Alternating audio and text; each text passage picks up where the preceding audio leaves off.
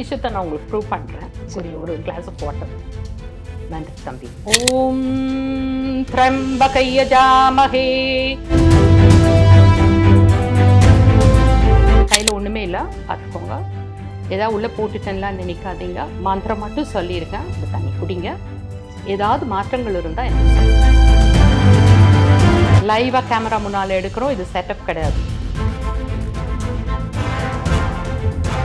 இன்னும் ஃபர்ஸ்ட் ஒரு மாதிரி இருந்துச்சுமா, இப்போ ஒரு பியூரஸ்டா இருக்க மாதிரி இருக்கு. கடவுள் இல்லை என்று நீங்கள் சொல்றதுக்கு இல்லாத ஒண்ணு இல்லைன்னு சொல்றதுக்கான அவசியம் என்ன?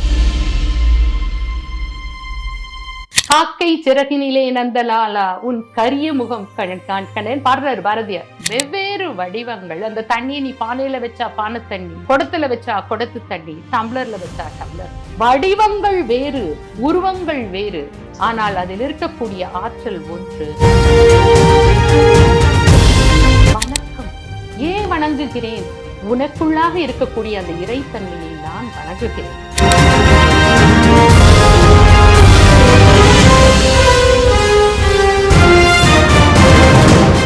வணக்கம்மா. வணக்கம் கண்மணி, எப்படி இருக்கீங்கம்மா? நல்லா இருக்கேன் கண்ணா. அம்மா, இப்போ உங்ககிட்ட நிறைய விஷயங்கள் கேட்க வேண்டியது இருக்கு.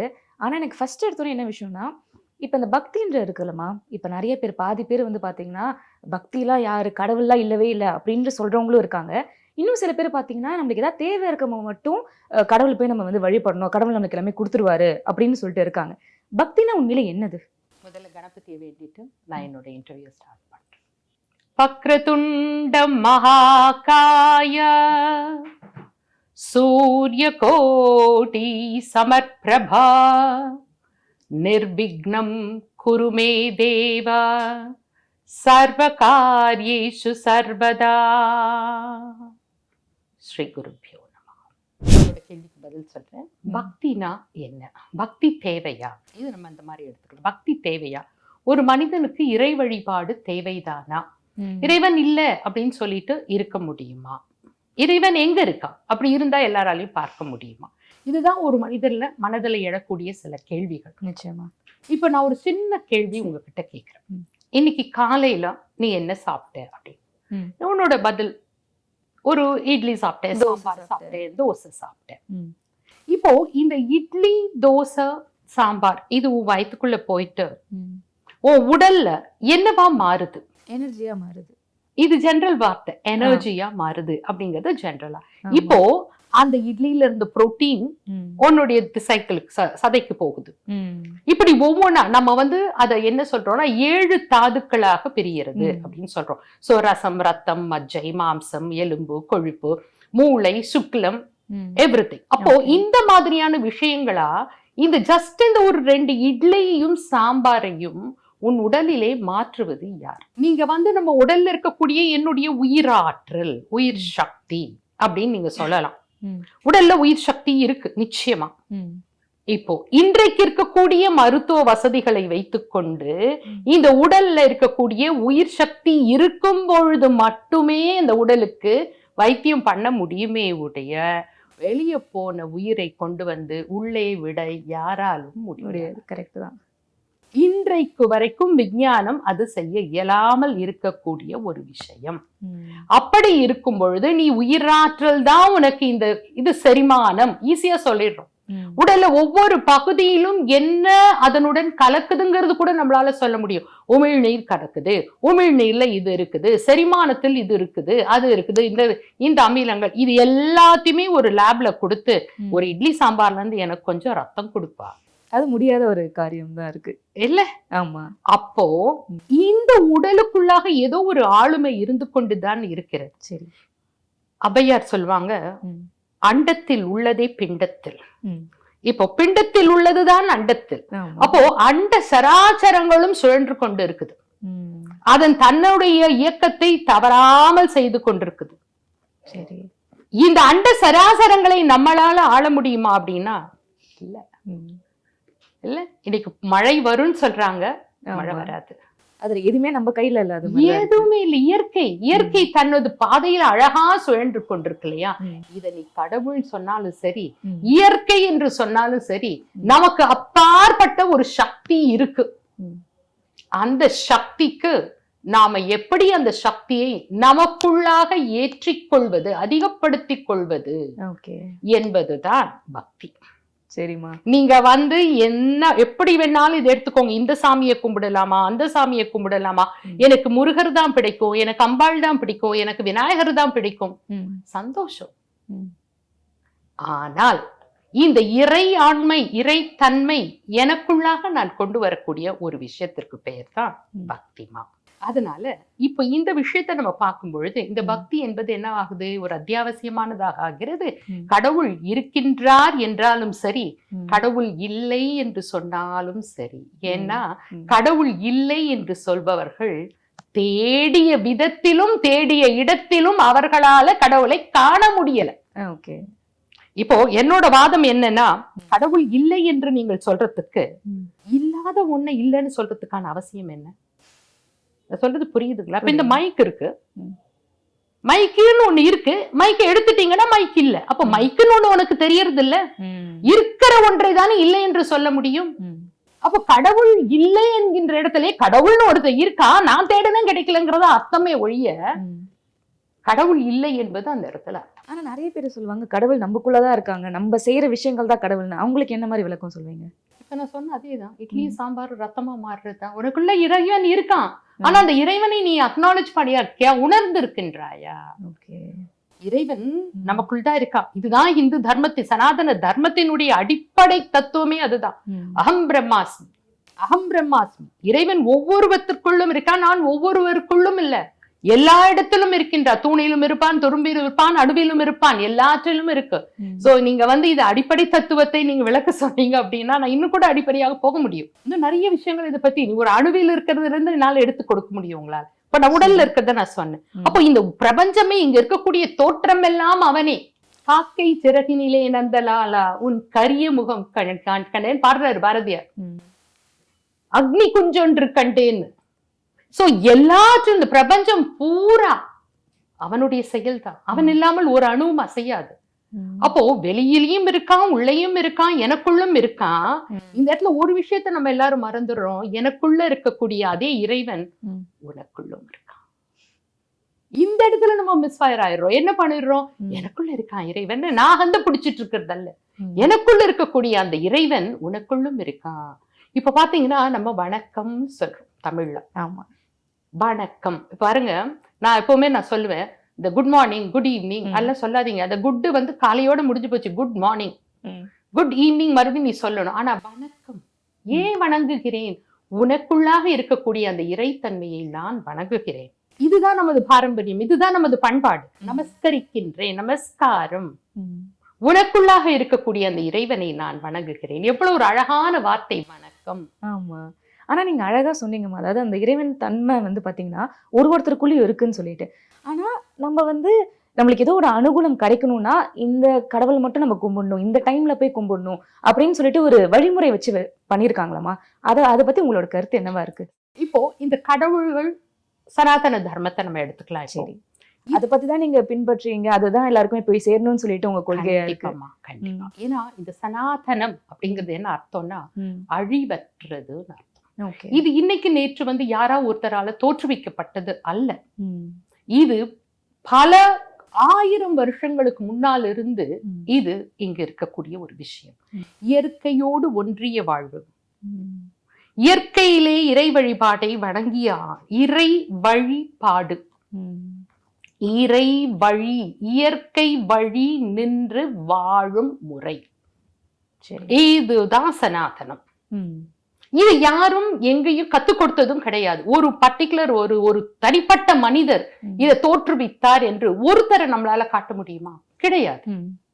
அப்போ யுகங்களாக இன்னும் சொல்ல போனா இது வரக்கூடிய ஒரு மிகப்பெரிய பாரம்பரியம் இந்த சனாதன தர்மம்.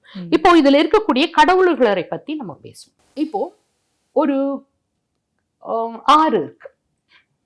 இப்ப இந்த ஆத்துல நீர் ஓடிக்கொண்டு இருக்கும். சரி, இந்த நீரை நான் என் வீட்டுக்கு கொண்டு வந்தோ சமையல் பண்ணணும். நான் என்ன பண்ணணும், ஒரு பானையோ அல்லது ஒரு பாத்திரமோ எடுத்துட்டு போய் அந்த நீரை மோர்ந்து கொண்டு வந்து என்னோட வீட்டுல நான் வைக்கிறேன். ஆமா, இந்த நீரை நீ ரசத்துல ஊத்துனீனா அது ரசமா மாறிடும், சாம்பார்ல ஊத்துனீனா அது சாம்பாரா மாறிடும் இல்லையா? குடிக்கிற தண்ணினா தண்ணியா நிக்கும். என்ன நீர் அது? ஆற்று நீர். இப்ப இந்த ஆற்று நீரை இறையாற்றல், இறைவனுடைய சக்தின்னு வச்சுக்கோ. சரி, இந்த சக்திய நான் சாம்பாரா மாத்தணும். அப்ப நான் என்ன பண்ணணும்? அதை எடுத்துட்டு வரணும் இல்லையா? ஆமா, புரியுறதா? அது ஒரு கலசத்துல நான் கொண்டு வரணும் இல்லையா? இப்படிதான் எங்கும் நீக்கமர நிறைந்திருக்கக்கூடிய இந்த இறைத்தன்மையை நான் அனுபவிப்பதற்காக, எனக்கென்று அதை பயன்படுத்தி கொள்வதற்காக சில உருவ அமைப்புகளையும் அந்த உருவ அமைப்பிற்கு ஆற்றல் கொடுக்கக்கூடிய மந்திரங்களையும் கொடுத்து வழிபாட்டு முறை, அந்த வழி அந்த வழி நின்று வணங்கு, அப்படி பண்ணும் பொழுது அந்த ஆற்றல் உனதாகும் என்று இந்த தெய்வங்களை எல்லாரையும் நமது வேதங்கள் நமக்கு வகுத்து கொடுத்திருக்கின்றன. இத நான் சொன்னது போல மனிதர்கள் அல்ல, ரிஷிகளும் மகான்களும் இதை நமக்கு வகுத்து கொடுத்து இந்த மந்திர உச்சாடனங்களின் மூலமாக அந்த தேவதைகளினுடைய ஆற்றலை அங்கு கொண்டு வரக்கூடிய ஒரு சக்தியை இந்த தர்மத்துல நமக்கு வகுத்து கொடுத்திருக்காங்க. அப்போ உங்களுக்கு ஒரு காரியம் தடையில்லாமல் நடக்கணும், கணபதிய நினையுங்கள். உங்கள் உடல்ல ஆரோக்கியம் வேணும், முருகப்பெருமானை நினையுங்கள்.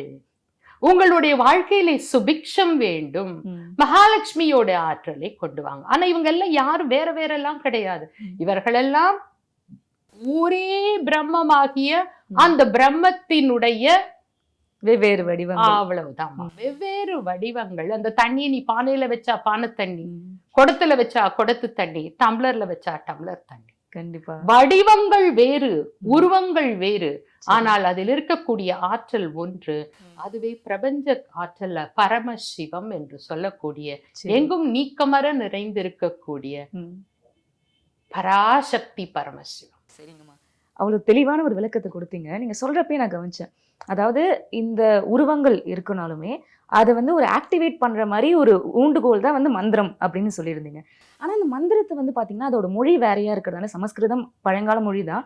ஆனா இப்ப நம்ம செயல்பாட்டுல கலியுகத்துல அது அவ்வளவா காணப்படுறது இல்லை. நம்ம இயல்பான வாழ்க்கையில தமிழாகட்டும் இல்ல தெலுங்காகட்டும் அந்த மாதிரி மொழிகள் போயிட்டு இருக்கு.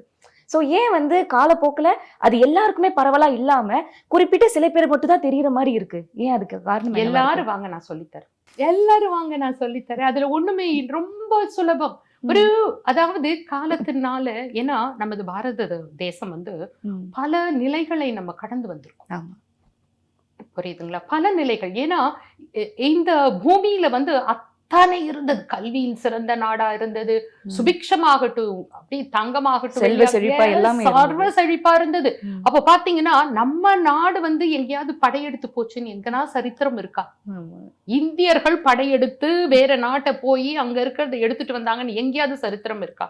ஆனா இந்தியா மேல எல்லாரும் வந்தாங்க. எங்க வெல்த் இருக்கோ, எந்த இடத்துல ரிச்சஸ் இருக்கோ அந்த இடத்துலதான் அவங்க படையெடுத்து வருவாங்க. அப்போ இந்த வெவ்வேறு நிலைகள்ல வெவ்வேறு ஆட்சிகளின் கீழே நம்ம போனதுனால பல்வேறு மாற்றங்கள் இருக்கு. மொழிங்கிறது என்னமா? கம்யூனிகேட் பண்ண, கம்யூனிகேட், ரைட்டா? மனிதர்களுக்கு மனிதர் கம்யூனிகேட் பண்றதுதான். நம்ம நினைக்கிறது என்னவோ நம்ம பேசி அதை வார்த்தை வடிவமாக வெளியெடுக்கிறோம். வார்த்தை என்பது அதிர்வுகள், வைப்ரேஷன். வார்த்தை என்பது அதிர்வுகள். இந்த அதிர்வு உன் காதுக்கு வருது, காதுல இருந்து டிரான்ஸ்மிட் ஆகுது, ஆல் திஸ் திங்ஸ். அப்போ வார்த்தை என்பது, அக்ஷரங்கள் என்பது அதிர்வுகள். சோ மந்திரம் அப்படிங்கிறதும் அதிர்வுகள். இல்ல சிலர் என்கிட்ட கேட்பாங்க, சமஸ்கிருதத்துல சொன்னாதான் கடவுளுக்கு புரியுமா? புரியவே வேண்டாம்ப்பா, நீ என்னத்தை கேட்டு கடவுள் புரிஞ்சுக்க போறாரு? சிலர் கேட்பாங்க, கடவுள் பேசுனா என்ன மொழியில பேசுவார்? எனக்கு என்ன புரியுமோ அந்த மொழியில தான் என்கிட்ட கடவுளால கம்யூனிகேட் பண்ண முடியும். அவர் மொழி அப்படின்லாம் ஒண்ணுமே கிடையாது. ஏன்னா எல்லா மொழியும் அவர் மொழி, எல்லா அதிர்வுகளும் அவரிடத்தில் வந்தது. அவனின்றி ஓரணுவும் அசையாது. எல்லா மதங்களினுடைய அடிப்படையும் இதுதான். என்னால பைபிள் கூட கோட் பண்ண முடியும். ஆதியிலே வார்த்தை இருந்தது, அந்த வார்த்தை தேவனா இருந்தது, அந்த வார்த்தை தேவனோடு இருந்தது. அவ்வளவுதான், முடிஞ்சு போச்சு. சோ எல்லா இடமுமே அதிர்வுகள், வைப்ரேஷன்ஸ். அந்த வைப்ரேஷன்ஸ் தொடங்கக்கூடிய ஒரு இடம் தான், ஒரு நிக்கமர நிறைந்திருந்த ஆற்றல் களம் தான் இறைவன். அப்போ அதிலிருந்து வந்த அதிர்வுகள் தான் மொழி. அப்போ அந்த மொழியை கையாளக்கூடிய ஒரு விஷயம்தான் மந்திரம். எந்த ஒன்றையும் திரும்ப திரும்ப சொல்லும் பொழுது அந்த இடத்துல அந்த அதிர்வுகளும் அந்த ஆற்றலும் அதிகப்படுத்தப்படும் பொழுது அது மந்திரம் ஆகிறது. அப்ப இந்த இடத்துல மொழி ஒரு பிரச்சனையே கிடையாது. இந்த அதிர்வுகளை நமது முன்னோர்கள், நமது ரிஷிகள், நமது முனிவர்கள் இவர்கள் வகுத்து கொடுத்ததுதான் நான்மறை வேதங்கள். இப்ப நிறைய பேர் என்கிட்ட ஏன் கேட்பாங்க, சமஸ்கிருதத்துல சொன்னா எனக்கு மீனிங் புரியலையே. நிச்சயமா. தமிழ்ல சொன்னா மட்டும் புரியறதா? நிச்சயமா கேட்கிறேன். தமிழ்ல இருக்கக்கூடிய அனைத்து பாடல்களுக்கும் சிவபுராணத்திற்கு எனக்கு சுத்தமான அர்த்தம் சொல்லுங்கள். என் திருக்குறளுக்கே நிறைய பேருக்கு வந்து அர்த்தம் தெரியும். எங்க நம்ம அர்த்தம் தெரிய வேண்டிய அவசியம் இல்லை. ஏன்னா வேதங்களுக்கு என்ன பெயர்னா ஸ்ருதி அப்படின்னு சொல்றோம். ஸ்ருதினா என்னது? ஸ்ருதி சேர்க்கிறது ஸ்ருதி. அப்ப வந்து அதிர்வுகள், அவ்வளவுதான். அப்போ ஒரு பர்டிகுலர் ஃப்ரீக்வன்சி.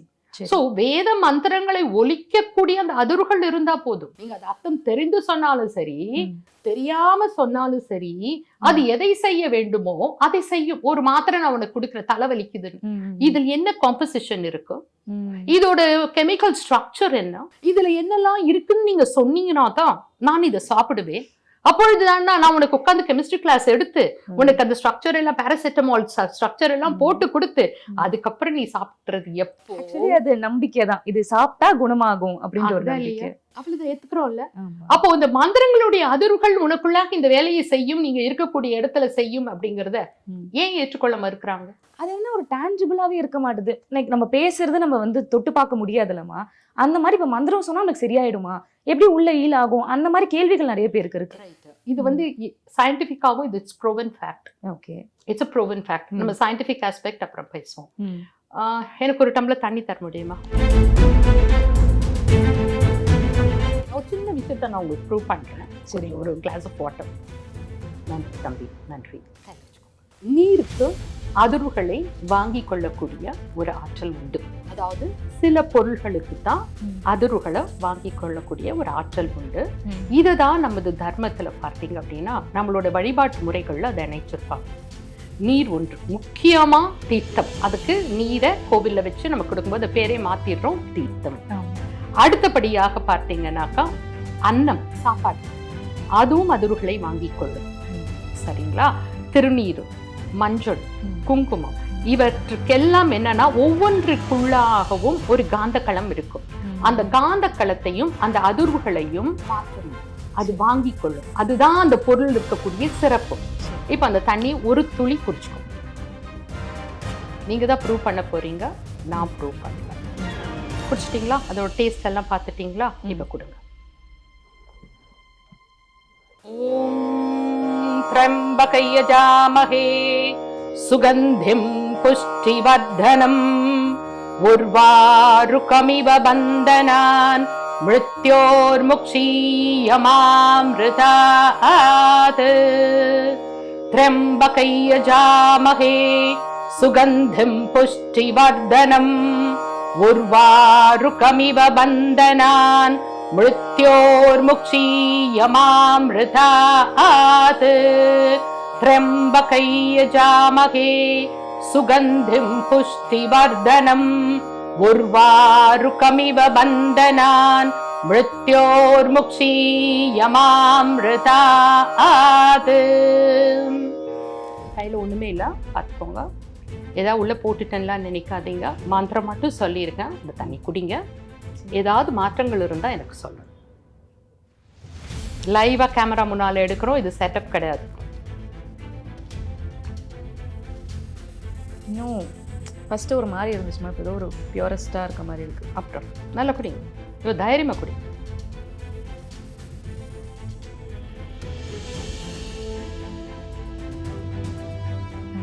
அந்த ஒரு டேஸ்ட் தான் இருக்கு. டேஸ்ட் வருதா? வித்தியாசமான டேஸ்ட் இருக்கா? ஆமா இருக்கா? உறுதியா இருக்கா? ரெக்கார்ட் பண்ணிக்கோங்க. உண்மை. கண்மணிக்கும் எனக்கும் எந்த சம்மந்தம் கிடையாது. இப்பதான் ஆன் த ஸ்பாட் நம்ம பாக்குறோம். இது வந்து 100% உண்மை. இன்னும் அதுக்கு இன்னும் கொஞ்சம் குடிங்க. வேற எதனா தெரிந்தா எனக்கு சொல்லுங்க. Taste. Can you get any smell? தம்பி நீங்க வாங்க. நீங்க ஜஸ்ட் நமக்கு பாட்டில் வாட்டர் தான். அது எனர்ஜி தெரியறதா? வித்தியாசம் இருக்கா? சாதாரண பாட்டில் தண்ணி தான், பாட்டில் தண்ணிக்கும் அதுக்கு வித்தியாசம் இருக்கு. இல்ல ஏதோ தீர்த்தம் அந்த மாதிரிதான் அப்படி ஒரு இதுதான் மந்திரம் செய்யுமா. சரிங்கம்மா. வேற எதுவும் பண்ணல நானு. ம்.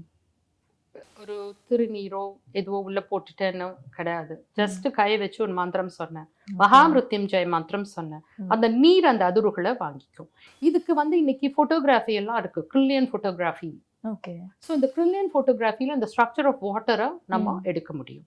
ஸோ இந்த ஸ்ட்ரக்சர் ஆஃப் வாட்டர், அந்த நீரினுடைய மூலக்கூறுகளுடைய அமைப்புகளை பார்க்கும் பொழுது இந்த மந்திரங்கள் உச்சாடத்தினால வரக்கூடிய அந்த நீரின் அதிர்வுகள் பார்த்தீங்க அப்படின்னு சொன்னாக்கா, அது முழுமையும் பார்த்தீங்கன்னா உங்களுக்குள்ள அந்த மாற்றங்கள், அதில் ஏற்படக்கூடிய மாற்றங்களை இன்னைக்கு போட்டோகிராஃப் பண்ணியிருக்காங்க. அப்ப இது யாருமே மறுக்க முடியாத ஒரு உண்மை. நமது உடல் 90% நீர்னாலான. அப்ப மந்திரங்கள் இந்த உடலுக்கு என்ன செய்யும் என்பதை நீங்கள் தெரிந்து கொள்ளுங்கள். இதுல வந்து மறைச்சு பேசுறதுக்கு ஒண்ணுமே இல்லையே.